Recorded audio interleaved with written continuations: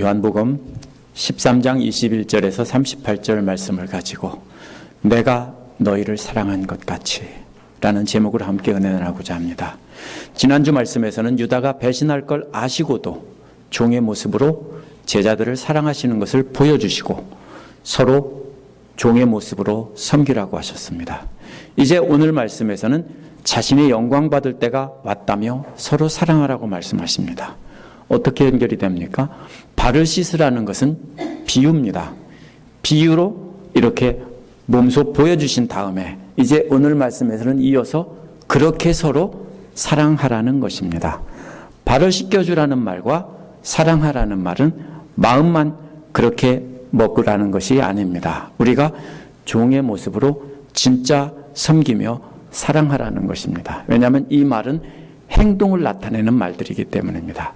오늘 말씀에서 우리는 예수님의 본보기를 보면서 우리는 어떻게 예수님처럼 진짜 사랑을 할지 알아보도록 하겠습니다. 첫 번째로 21절에서 30절에 보면 배반할 자가 있음을 알리신 예수님의 모습이 나옵니다. 21절은 이 말씀을 하시고 라는 말로 시작을 합니다. 이는 20절에서 예수님을 영접하는 것이 곧 하나님을 영접하는 것이라고 말씀하신 후라는 뜻입니다. 제자들에게 자신을 영접하라고 하고 나서 마음이 괴로우셔서 환히 드러내어 말씀하셨다라고 했습니다. 이 환히 드러내어라는 말은요, 증언했다는 말입니다. 예수님의 마음속에 있던 것을 분명히 드러내서 증언했다는 것입니다. 예수님의 마음속의 괴로움이 뭘까요? 우리는 흔히 이제 십자가에 달릴 때가 됐으니까 그 고통 때문에 괴로우셨을 것이다 라고 생각합니다. 그러나 예수님의 마음속에 있던 괴로움은 예수님 자신에 관한 것이 아닙니다. 예수님은 자신의 마음속에 고통까지 다 드러낼 만큼 그렇게 제자들을 깊이 사랑하셨다는 뜻입니다. 그런데 예수께서 증언하셨다는 말은 요한복음에서는 주로 세상이 악하다는 것을 증언할 때 썼습니다. 요한복음 7장 7절에서 예수님은 세상이 악하다라고 했고 이제 여기에서는 예수님은 사랑하는 제자 중에 한 명이 악하다는 것을 증언하려는 것입니다. 내가 진정으로 너에게 말한다라는 말 다음에는 꼭 기억하라는 것입니다. 예수님 마음속에 있던 괴로움은 바로 그것입니다. 내가 중요한 말씀을 할 테니 꼭 기억하라는 것입니다. 그 말씀은 너희 가운데 한 사람이 나를 팔아넘길 것이다. 이것 때문에 괴로우셨다는 것입니다. 예수님은 사랑하는 제자 중 하나가 멸망의 길을 가고 있다라는 것을 생각하니까 너무나 안타깝고 괴로워서 죽을 지경이다 이런 말입니다. 예수님이 십자가에 달릴 고통 때문이 아니라 제자인 유다가 제자 중에 한 사람이 예수님을 배반하고 멸망의 길을 갈 것을 생각하니까 너무 안타깝다는 것입니다. 배신할 유다까지 그렇게 사랑하셨다는 겁니다. 만약 사랑하지 않는 사람이라면 멸망하든 말든 별 상관이 없습니다. 그런데 사랑하는 제자가 멸망한다니까 너무 안타까운 것입니다. 그러자 22절에서 제자들은 누구를 두고 하시는 말씀인지 몰라서 서로 바라보았다라고 했습니다. 그러다가 제자들의 눈이 멈춘 곳이 23절에 나옵니다. 23절에는 제자들 가운데 한 사람, 곧 예수께서 사랑하시는 제자가 바로 예수님의 품에 기대에 앉아 있었다라고 했습니다. 이 사람이 범인이라는 뜻이 아닙니다. 이 사람이 예수님과 가장 가까운 제자이고 가까이 있기 때문에 이 사람을 바라본 것입니다. 1장 18절에서도 아버지의 품속에 있는 외아들이라는 말이 나옵니다. 똑같은 말입니다. 이 제자도 예수님의 품에 기대고 있었다라는 것입니다. 이 말은 하나님과 예수님이 그렇게 친밀한 것처럼 이 제자도 그렇게 친밀한 관계에 있었다는 것입니다. 이 그림을 보셔야 됩니다. 우리는 레오나르도 다빈치가 그린 최후의 만찬의 그림은 잘못된 그림입니다. 서양 사람들의 식탁 교제의 그림을 기준으로 그린 것입니다. 근데 당시 유대인들은 당시 로마나 그리스 사람들처럼 이렇게 사진처럼 누워서 그림을 그렸습니다. 넘겨주시기 바랍니다. 이렇게 누워서 밥을 먹었습니다. 디귿자 형태로 된 트리클리니움이라고 하는 식탁에서 가장 오른쪽에 있는 3명의 자리가 상석입니다. 맞은편에서 우리가 보는 쪽에서는 왼편이 상석입니다. 그 중에서 예수님 자리는 2번째 자리입니다. 그리고 예수님의 가슴에 기대어 앉은 사람의 자리는 예수님 바로 앞자리입니다. VIP가 2번째 앉으면은 그 앞에 사람은 대신 칼 맞는 사람입니다. 자객이 들어와서 칼을 휘두르면은 벌떡 일어나서 몸으로 막아야 되는 사람이기 때문에 가장 신뢰할 만하고 사랑하는 사람을 바로 앞에 둡니다. 근데 보통 왼편으로 팔을 괴고 오른손으로 음식을 집어먹기 때문에 몸은 약간 쪽으로 돌아눕게 되어 있습니다. 그러면 요한의 자리는 예수님의 가슴에, 예수님의 품에 기대어 앉은 형태가 되는 것입니다. 실제로 그 품에 기대어 누웠다는 뜻이 아닙니다.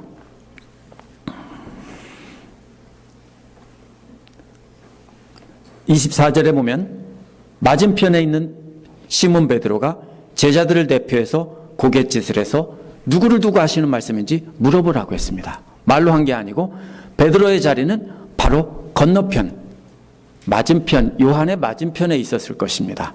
물론 그 다음 자리일 수도 있습니다. 그러나 어쨌든 지금 화면에 표시된 그 자리가 베드로의 자리입니다. 베드로가 어떻게 했습니까? 말로 한 게 아니라 고갯짓으로 끄떡하면서 한번 물어보라고 이렇게 윙크했거나 고갯짓을 한 것입니다.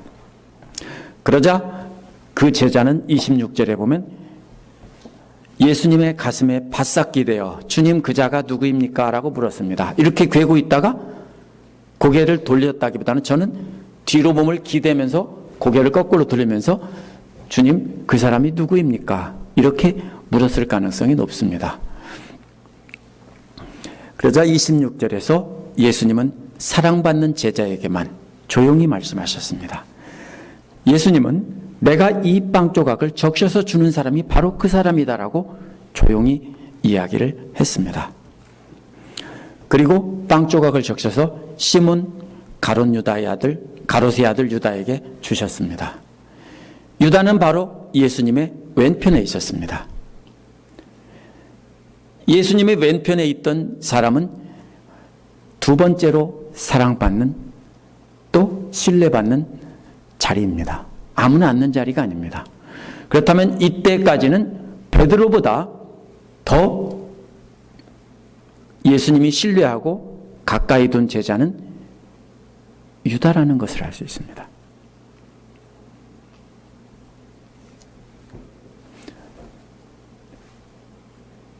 예수님과 제자들의 돈주머니를 유다가 맡았다는 것을 봐도 유다가 얼마나 신뢰를 받는 사람인지 알 수 있습니다.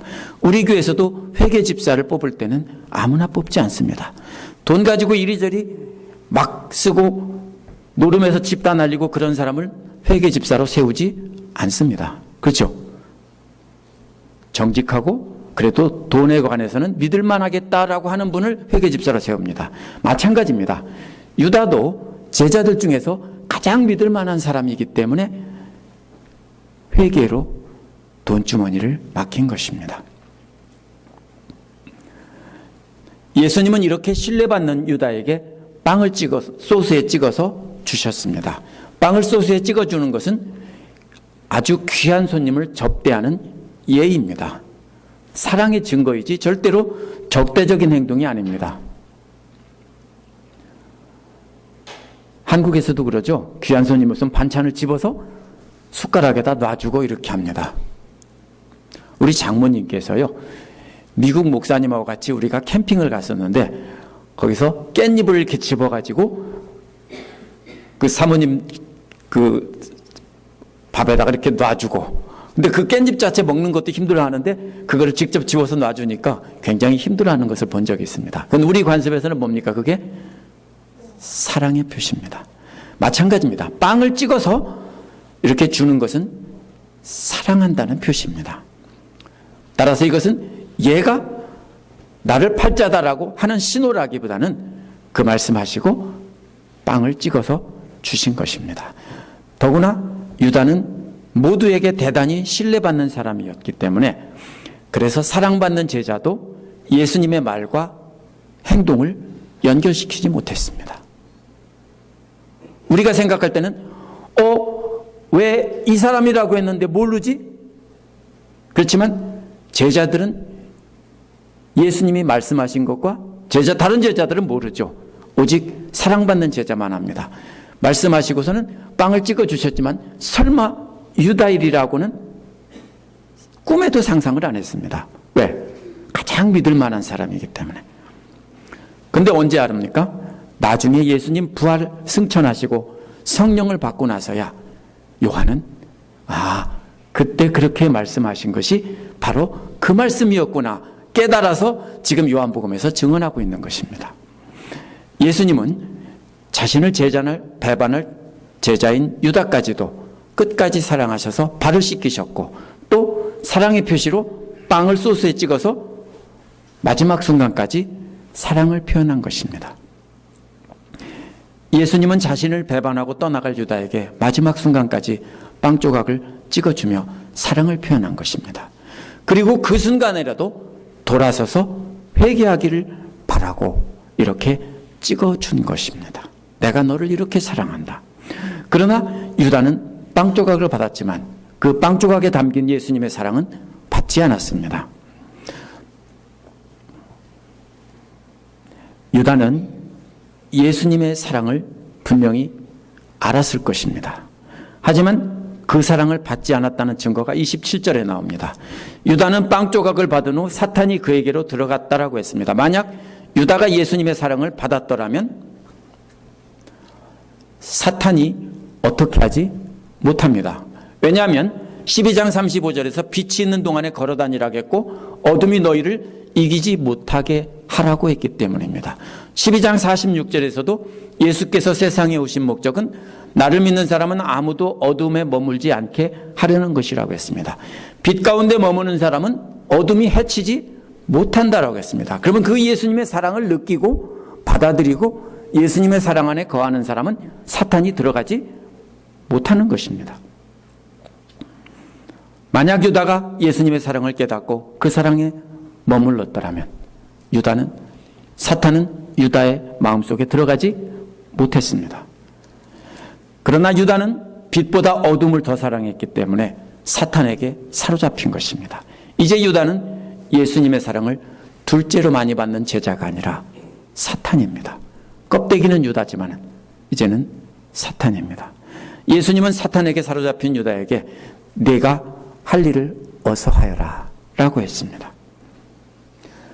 사탄이 유다에게 들어간 것을 알았기 때문에 이제 유다가 아니라 유다 안에 있는 사탄에게 하신 말씀입니다. 13장 2절에서 악마가 마음속에 예수를 팔아넘길 생각을 불어넣었다고 했는데 이번에는 사탄이 그 유다의 마음속에 직접 들어갔다고 했습니다. 악마는 그리스어로 디아볼로이고 사탄은 히브리어로 마귀라는 뜻입니다. 결국 둘 다 같은 말인데 여기서 앞에서는 디아볼로스라고 했다가 여기에서는 사탄이라고 히브리어로 본래 이름을 사용했습니다. 창세기에서 아담과 하와를 유혹한 그 사탄이 직접 유다의 마음속에 들어갔다는 것을 강조하기 위해서 요한복음의 기록자는 그렇게 쓴 것 같습니다. 요한복음 10장 17절 18절에 보면 예수님은 스스로 목숨을 버린다며 예수님이 허락하지 않으면 아무도 그 목숨을 빼앗지 못한다라고 하신 것과 이 말씀을 읽어야 합니다. 이제 예수님은 사탄에게 이제 자신의 목숨을 가져가도 좋다라고 허락하신 겁니다.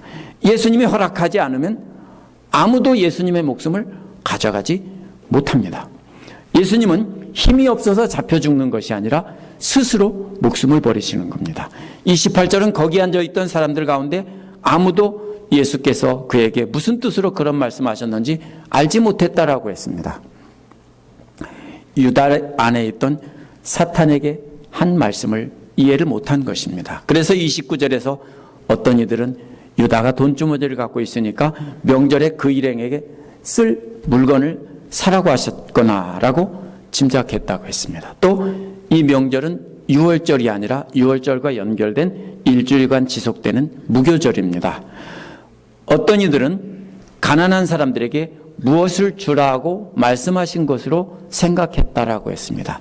왜냐하면 유다가 할 수 있는 일은 그 두 가지밖에 없습니다. 회개이기 때문에 가난한 사람에게 돈을 주든지 아니면 물건 사오든지. 30절에서 유다는 그 빵 조각을 받고서 나갔습니다. 유다는 말을 알아듣고 이제는 들통이 났기 때문에 거기 있을 수 없어서 즉시 나간 것입니다.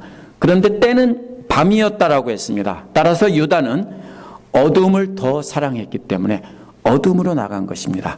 이 말은 실제 어둠을 나타내지만 요한복음에서 계속 강조되는 것은 빛과 어두움을 말하고 상징적으로 비교하고 있기 때문에 이제는 예수님의 말씀을 증언하는 요한은 유다가 어둠을 향해 나갔다. 사탄에게로 이제는 완전히 갔다. 이렇게 말하는 것입니다. 31절에서 33절은 영광 받으실 예수님의 모습이 나옵니다. 31절은 원어에서 그러므로라는 말로 30절과 연결됩니다. 유다가 어둠으로 나갔으므로 라는 뜻입니다. 유다가 나갔을 때 예수께서는 이제는 인자가 영광을 받았고 하나님께서도 인자로 말미암아 영광을 받았다. 완전히 확정된 것입니다. 인자란 육신의 몸을 입고 이 땅에 오신 예수님이 자기 자신을 가리키는 말입니다. 이제 예수님은 육신의 몸을 벗고 영광의 몸을 입고 영광의 자리에 오르시게 되었다라는 것입니다. 앞에서 12장 23절과 27절에서 이미 말씀하셨던 그때입니다. 또 31절 32절에서 나온 대로 땅에서 들려 십자가에 달리실 때입니다. 또 부활하셔서 하나님 우편에 오르실 때입니다. 이 두 가지를 다 함께 포함하고 있는 말입니다. 예수님이 영광 받으실 일이 완전히 확정되었기 때문에 이미 받았다라고 말을 합니다. 또 그 일로 하나님께서도 영광 받았다라고 한 것입니다. 32절에서 예수님은 만일 하나님께서 인자로 말미암아 영광 받으셨다면 하나님께서도 몸소 인자를 영광되게 할 것이다. 이번에는 미래형으로 말했습니다. 왜 그러냐면 이제 하나님은 예수님을 이 땅에 오시기 전 하나님과 함께 계셨던 그 영광의 자리로 끌어올릴 것이다 라는 뜻입니다. 33절에서 어린아이들아 라고 했습니다. 이거는 부모가 식탁에서 아이들을 가르치며 부르는 말입니다. 원래. 그래서 스승과 제자의 사이는 이렇게 부모와 자녀의 사이처럼 그렇게 친밀한 관계였고 어떤 때는 스승이 부모보다 더 존경을 받는 때도 많이 있었습니다. 우리나라와 많이 비슷하죠. 그래서 이제 예수님은 아버지가 자녀들을 가르치듯 하나님의 뜻을 가르치려고 아이들아 라고 부른 것입니다. 아직은 잠시 동안 내가 너희와 함께 있겠다. 그러나 너희가 나를 찾을 것이다 라고 하셨습니다. 이제 예수님이 제자들과 함께 계실 시간이 얼마 안 남았다는 것입니다. 7장 34절과 8장 21절에서 유대교 지도자들에게 하셨던 말씀이 이제 이루어진다는 것입니다. 아직 깨닫지 못하는 제자들에게 이렇게 말씀하시는 것은 나중에 깨달았을 때 예수님께서 이렇게 미리 알고 예언하셨구나 하는 것을 깨닫게 하려고 말씀하신 겁니다. 이제 세 번째로 34절에서 38절에 보면 자신을 닮기를 원하시는 예수님의 모습이 나옵니다. 이제 예수님은 떠나갈 것이고 제자들도 예수님을 찾아도 찾지 못할 것이라며 마지막 유언으로 부탁한 것이 34절입니다. 이제 나는 너희에게 새 계명을 준다. 서로 사랑하여라 라고 했습니다. 왜 새 계명입니까? 유대교를 믿던 사람들도 서로 사랑하라고 가르쳤습니다. 레위기 19장 18절에 보면 이웃 사랑하기를 내 몸과 같이 하라. 나는 여호와니라. 이미 말씀하셨습니다. 그러므로 서로 사랑하라. 내 이웃을 내 몸과 같이 사랑하라. 이 말씀은 새 계명이 아닙니다. 구약에 나온 헌 계명이고 옛 계명입니다. 그런데 왜 새 계명이라고 했습니까? 그러나 분명히 이것은 새 계명입니다. 이유는 바로 이어지는 조건 때문입니다. 이어지는 조건은 내가 너희를 사랑한 것 같이 너희도 서로 사랑하여라 라고 했기 때문입니다. 예수님은 당시 유대교 지도자들도 이웃을 내 몸과 같이 사랑하라고 가르쳤습니다. 그런데 그 이웃이 누구냐면 자신들처럼 율법을 잘 지키는 사람들입니다. 율법을 안 지키는 죄인들이나 아니면 율법이 없는 이방인들은 원수니까 미워하라고 가르쳤습니다. 쿰란 공동체에 있던 사람들도 공동체 안 사람들은 사랑하지만 공동체 밖에 있는 악한 사람들은 미워하라고 가르쳤습니다. 그 당시에 유대교나 유대교와 관련된 어떤 사람들도 원수까지 사랑하라고 가르친 사람들은 아무도 없었습니다. 그래서 예수님의 사랑은 세계명인 것입니다. 예수님을 영접하는 것이 곧 하나님을 영접하라고 했으니까, 하는 것이라고 했으니까, 예수님께서 사랑한 것인 것처럼 사랑하는 것이 곧 하나님을 사랑하는 것이라는 것입니다. 하나님 사랑을 행하는 것입니다. 예수님은 하나님의 사랑을 받은 것을 제자들에게 그대로 풀어준 것입니다. 쏟아부어 준 것입니다.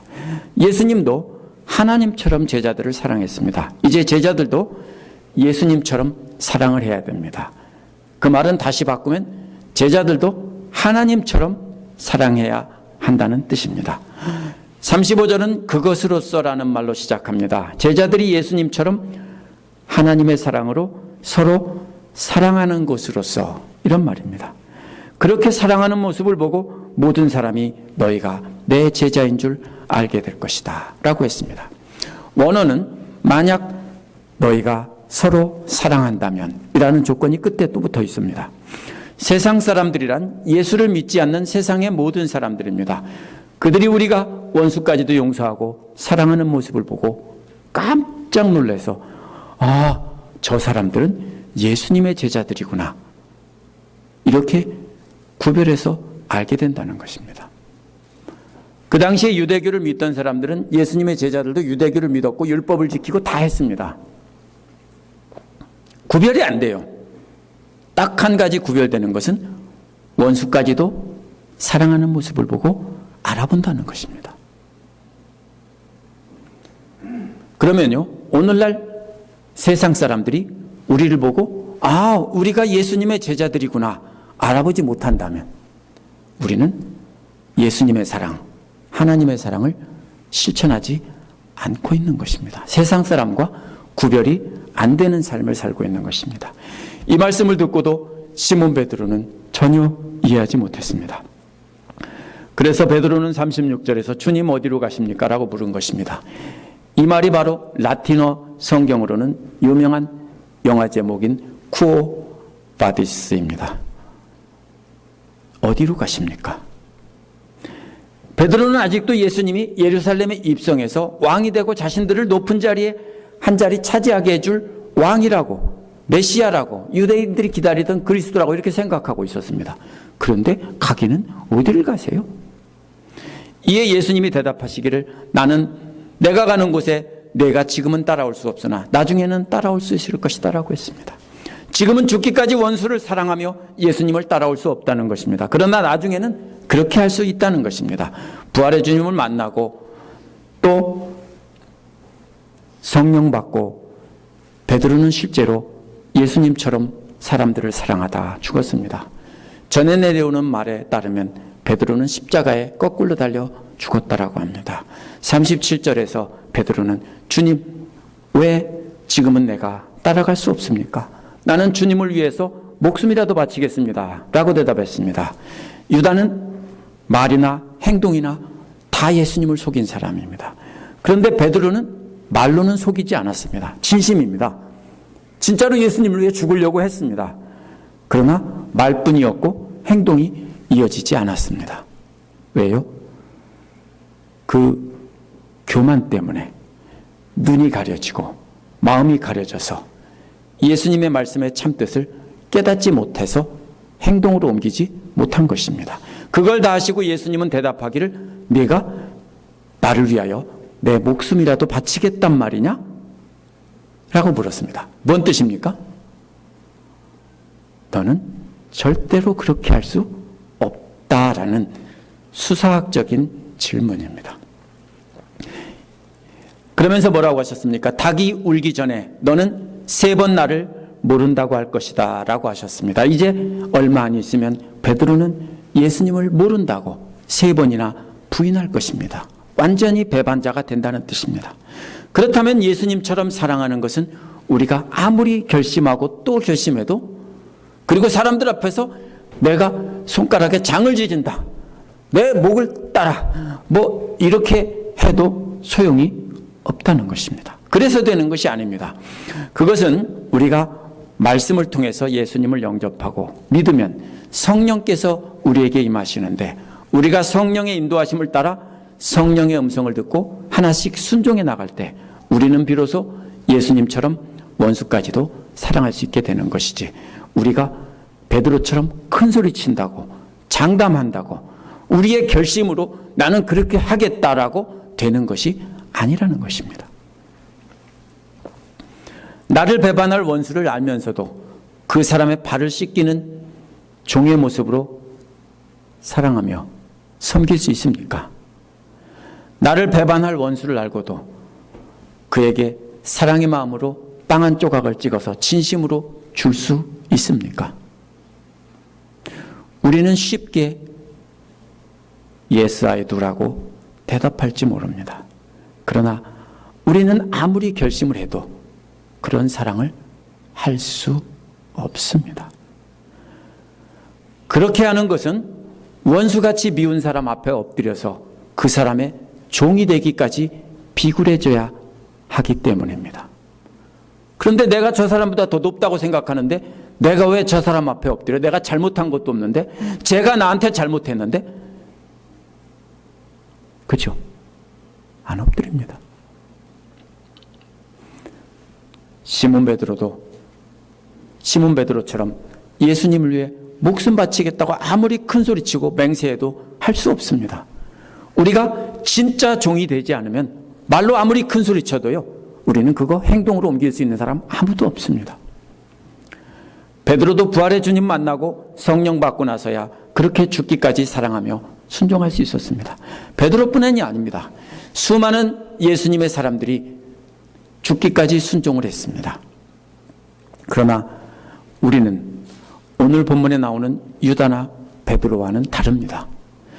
우리는 이미 부활의 주님을 만났고요, 성령도 이미 받았기 때문입니다. 그러나 우리에게 한 가지 부족한 것이 있습니다. 그것은 우리가 말씀을 깨닫고 아는 데서 멈춘다는 것입니다. 실제로 죽기까지 원수를 사랑해 본 순종의 경험이 없기 때문입니다. 우리는 우리에게 조금만 해를 끼쳐도 원수 삼고 상대조차 안 하려고 합니다. 뭐라고 합니까? 똥이 무서워서 피하냐? 더러워서 피하지 하고 중얼거리면서 멀리합니다. 그러나 우리는 이제부터 훈련을 시작해야 합니다. 우리가 낮아져서 우리를 해치는 원수들의 발을 씻기는 종이 되어야 합니다. 한번 해보면 예수님은 우리에게 큰 기쁨과 깨달음을 주셔서 우리의 순종의 근육을 더 강하게 만들어 주십니다. 한 번에 되는 게 아니에요. 한 번 순종을 작은 거를 해보면 더럽고 안 입고 치사하고 내가 왜 엎드려? 내가 잘못한 게 하나도 없고 제가 나한테 잘못했는데, 그래도 엎드려서 비굴하게 발을 씻겨주고 용서를 구하면 주님께서 우리에게 기쁨 주시고 칭찬해 주셔서 순종의 근육을 강하게 만들어 주십니다. 우리가 사는 지역에 예수를 믿지 않으면서 교회에 관심 있는 분들이 참 많습니다. 깜짝 놀랐습니다.